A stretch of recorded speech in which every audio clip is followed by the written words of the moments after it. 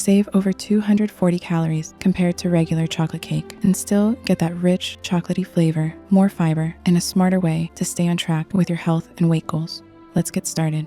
Break dark chocolate into small pieces and melt it gently in the microwave. I use 100% chocolate to keep the carbs low, but if you prefer sweeter flavors, go up to 70%. Microwave for about a minute or two at medium power, checking often so it doesn't burn. In a separate bowl, add pumpkin puree. Mine is homemade, but canned works too. Just make sure to drain extra liquid. Add vanilla,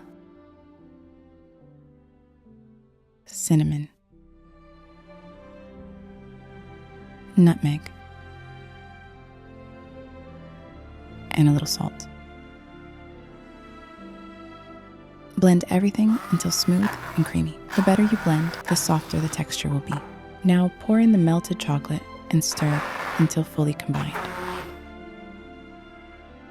Spoon the mixture into silicone molds. I usually get 12 portions from this recipe.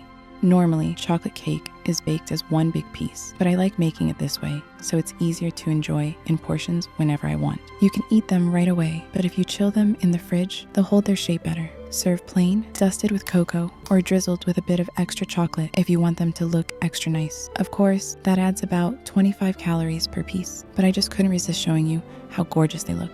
Each portion is about 80 calories. They also freeze really well. Make a big batch, keep it in the freezer, and just take one out 20 minutes before. That way, you'll always have something sweet and wholesome ready. They're rich, chocolatey, high in fiber, and actually nourishing. Yes, there are carbs here, but we don't ignore cravings. We use ingredients wisely, so desserts fit your taste and still support your goals. Full recipe and macros are in the description. Let me know what dessert you'd like me to make next in a healthy, low-calorie version. Thanks for baking with me.